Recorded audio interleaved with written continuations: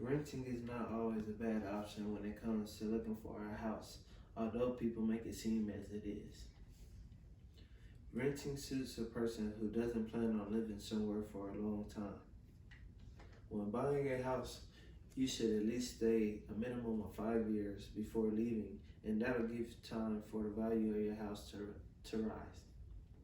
Even over time, you'll begin to invest in yourself. My topic relates to you because you will one day rent or own a home. Some may even do both. I think you should care about what I have to say because it's good advice for housing in the future in your adulthood. I feel you should listen to me because I've done hours of research over the past few weeks for me to be able to have enough knowledge on this topic. Today, I will tell you about the importance of buying and renting a house and why one or the other depends on the person who's looking for a house. Today I will start by telling you that when you are renting a home, it can benefit you in many ways. When you are renting a home, you are not responsible for maintenance around the home. Usually the landlord is. The landlord pays for it, and the landlord can also use money for the deposit that they got from the renter, just in case they made any damages to the home. The renter is only required to pay rent to the landlord, and it's important that the renter knows all their rights. When it comes to what they have to pay for, they call it renter rights. And renting versus owning a home, what's the difference? Arthur Majewski states, if you rent, your landlord will take care of all the repairs and maintenance. Though, of course, they might not be done as quickly or as well as you would like.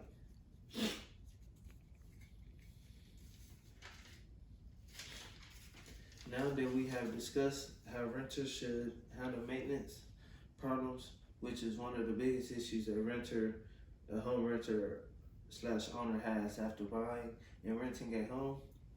When buying a home, you have to understand that you are signing a lease for what you are signing a lease for and how it can impact you if you don't hold up your part on your end for the payment and other expenses around the house that is necessary for having a home. For example, taxes and insurance rise on a daily, and your home can lose value over time. You can also pay more for your house than it's worth and be stuck for paying for it. I say stuck because that's what some people consider you after you purchase a home, until you sell it.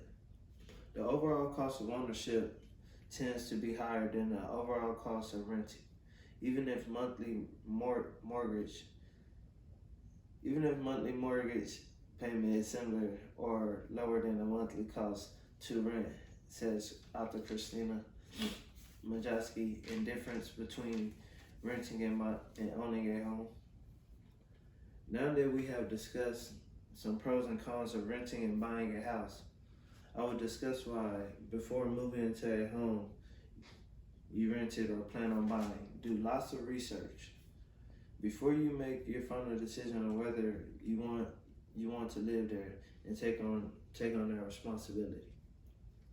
Having to take care of your home and understand that if anything goes wrong, it is on you to figure out how to solve the problem you're having. I hope I was able to help you out and give great advice on what to think of and what to expect when entering this stage of life. Renting a house, buying a house, renting an apartment, and knowing which one suits you the best are really important. You can rent a house, but you can only own a home. That there is a nice quote I found doing some research, and I find it interesting because it makes you have different views on it. The view I get from it is that A house is something that shelters you and isn't necessarily yours. Or that's what I get thinking of it. But a home is something that you invest in, own, and see in your future. Thank you.